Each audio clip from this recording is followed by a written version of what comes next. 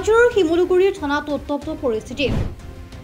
ৰাজ্যৰ মুখ্যমন্ত্ৰী ডক্টৰ হিমন্ত বিশ্ব শৰ্মাৰ বাহনলৈ কংগ্ৰেছ কৰ্মীয়ে পানী বটল নিক্ষেপ কৰা ঘটনা মাৰ নৌজাওঁতে শিমলুগুৰিৰ ৰমণী গাঁও পঞ্চায়তত উত্তপ্ত পৰিস্থিতি। আজি ঘটনাটো মোক আপোনাৰ শিৱসাগৰ জিলা আয়ুক্তৰ ফালৰ পৰা অথৰাইজ অফিচাৰ হিচাপে ৰমণী গাঁও পঞ্চায়তত আপোনাৰ প্ৰথমখন গাঁওসভা প্ৰচিড কৰিবলৈ মোক অৰ্ডাৰ দিছিলে। সেই অৰ্ডাৰ মতে মই গ'লোঁ, গৈ মেলি যোনখিনি কাম কৰিবলগীয়া আছিলে সেই কামখিনিত সময়মতে ষ্টাৰ্ট কৰিছিলোঁ।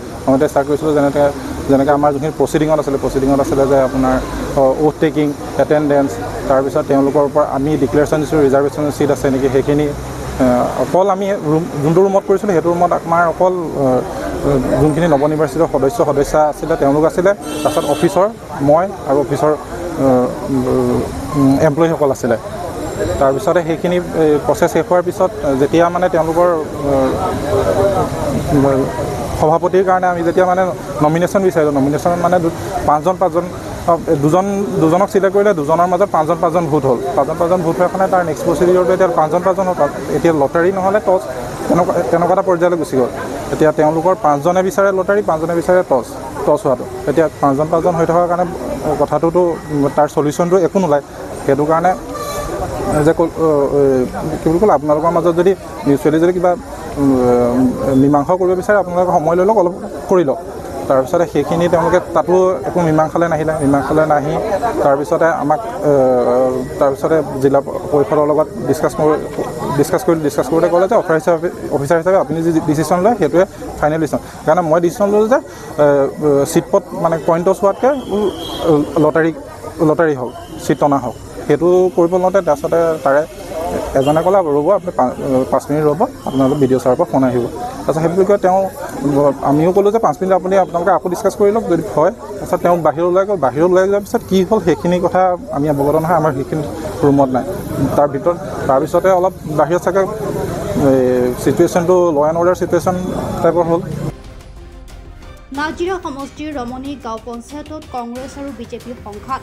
পঞ্চায়তৰ সভাপতি নিৰ্বাচন সন্দৰ্ভত কংগ্ৰেছৰ নেতা পিংকু মোহনে অশালীন ব্যৱহাৰ কৰে বিজেপিৰ মহিলা নেত্ৰী মন্তিপা গগৈ। উল্লেখ্য যে কংগ্ৰেছৰ কৰ্মীৰ এনে কাণ্ডই চিন্তিত কৰিছে, কিয়নো কংগ্ৰেছ দল ক্ষমতালৈ আহোঁতেই এইদৰে কংগ্ৰেছ কৰ্মীয়ে মহিলাক অপমান কৰা ঘটনাই তীব্ৰ প্ৰতিক্ৰিয়াৰ সৃষ্টি হৈছে। হয়, এতিয়া এই বৰ্তমান যিটো পৰিস্থিতি বা যিটো ঘটনা, তাৰ পৰা এটা কথাই বুজিলোঁ যে মাত মতা বা অধিকাৰ বা আমি কিবা যুক্তিত কিবা কথা ক'লে ভুল হয়। বৰ্তমান যি চৰকাৰ আছে, যি তেওঁলোকৰ নীতি নিয়ম, আমি সেইসমূহৰ কথাহে কৈছিলোঁ। তাত আচলতে আজি আছিল আমাৰ পঞ্চায়তৰ শপত গ্ৰহণ অনুষ্ঠান। গতিকে আমি 10জন মেম্বাৰ উপস্থিত হৈছিলোঁ। আমাৰ শপত গ্ৰহণ অনুষ্ঠান ঠিকে চলি গ'ল। তাৰ পাছত আহিল সভাপতি আৰু উপসভাপতি নিৰ্বাচনৰ সময়ত আমি ভোটিঙৰ জৰিয়তে সকলোৱে ভোট কৰিলোঁ। ভোট কৰাৰ পাছত ভোটিঙতো আমাৰ সমান হৈ পৰিল ভোট। আমাৰ প্ৰেচিডেণ্টজনো 5টা ভোট পালে আৰু আন এজন প্ৰেচিডেণ্টো 5টা ভোট পালে। কিন্তু তাৰ পাছত তেওঁলোকে ক'লে যে এইটোতো সমান হ'ল, এতিয়া আমি লটাৰী যোগে কৰিম। তেতিয়া আমি মনা কৰিলোঁ, আমি অপ'জ কৰিলোঁ কথাটো যে লটাৰী যোগে হ'ব নালাগে, যিহেতু পঞ্চায়তৰ এটা assam.gov.in এটা আছে যে তথ্য আছে পঞ্চায়তৰ, যে যিটো ইকুৱেলিটি ভোটটো মানে সমান যেতিয়া হয় তেতিয়া মানে শিল্পত বা টছৰ ব্যৱস্থা এটাৰ কথা লিখা আছে। সেইটো আমি তেওঁলোকক দেখাই দিলত কৈছে যে এইবোৰ এনে লিখা থাকে। আচলতে চৰকাৰী এটা ৱেবছাইটত এনে লিখা থাকিব নেকি? এটা তথ্য, এটা পঞ্চায়তৰ আইনৰ মতে এটা যি নিয়ম লিখা আছে সেইটো এনে লিখা থাকিব নেকি? আমি সেই কথা সুধিলোঁ, বোলে এইটো এনে লিখা থাকে পঞ্চায়তৰ বোলে। মই বোলো এইটো ৱেবছাইটটোৱে চৰকাৰী হয়, assam.gov.in। আপুনি কাক সুধিছিলে? মই সুধিছিলোঁ ছেক্ৰেটৰীয়ে ক'লে কথাটো। তাৰপিছত এনে লিখা বুলি তেওঁলোকৰ মেম্বাৰসকলে কৈছে, এনে লিখা থাকে বোলে। তেতিয়া ক'লে লটাৰী কৰিব লাগে বুলি ক'লত আমি ক'লোঁ যে লটাৰী কৰিব ঠিক আছে, কিন্তু BDO ছাৰে ক'ব লাগিব যে লটাৰী কৰিব লাগিব বুলি। BDO ছাৰে কথাটো আপুনি মনে পাতিলেই নহ'ব, আমি শুনিব লাগিব স্পষ্টভাৱে কথাটো। আমি সকলোৱে কাণত পৰিব লাগিব যে BDO ছাৰে যদি অৰ্ডাৰ দিয়ে তেতিয়াহে আমি লটাৰী কৰিম, সেইষাৰ কথা ক'লোঁ। তেতিয়া ক'লে ঠিক আছে, আমাক আধা ঘণ্টা সময় দিলে। আধা ঘণ্টা সময় দিয়াৰ পাছত কোনো সিদ্ধান্ত ল'ব নোৱাৰিলে। আধা ঘণ্টা সম্পূৰ্ণ নহ'লেই আচলতে, সকলো সোমাই আহিলে। তাৰপাছত পুনৰ ক'লে বোলে 5 মিনিট আকৌ সময় দিছোঁ। তেতিয়া মই ক'লোঁ যে বাথৰুমৰ পৰা মই আহোঁ, যিহেতু 2টা ৰুম আছিলে। প্ৰথম ৰুমটোত আমাৰ শপত গ্ৰহণ অনুষ্ঠান চলি আছিলে, দ্বিতীয় ৰুমটোত কিন্তু বিজেপি কৰ্মীসকল বহি আছিলে। আমাৰ কোনো কৰ্মী নাই, বাহিৰত আছিলে। সেই ৰুমটোৰ পৰা মই ইটো ৰুমলৈ গৈছিলোঁ। ইটো ৰুমেদি যিহেতু পিছৰ ৰুমৰ দৰ্জাখনেদি হয়তো মই ৱাছৰুম বা টয়লেট যাব লাগিব।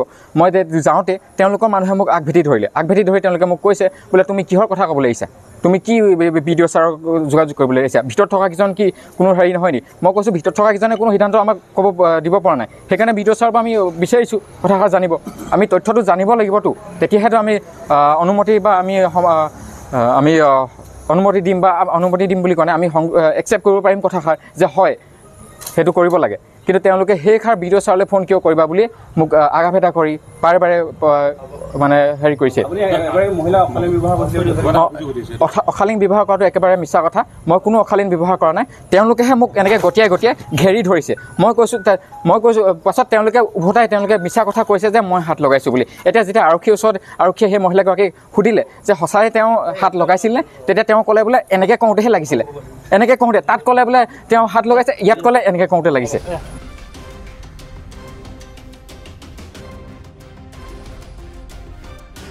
নাজিৰাৰ পৰা জুলফিকাৰ আলীৰ ৰিপৰ্ট, প্ৰাত টাইম ডিজিটেল। অসমৰ সংবাদ জগতখনৰ বাবে এক সুখৰ খবৰ।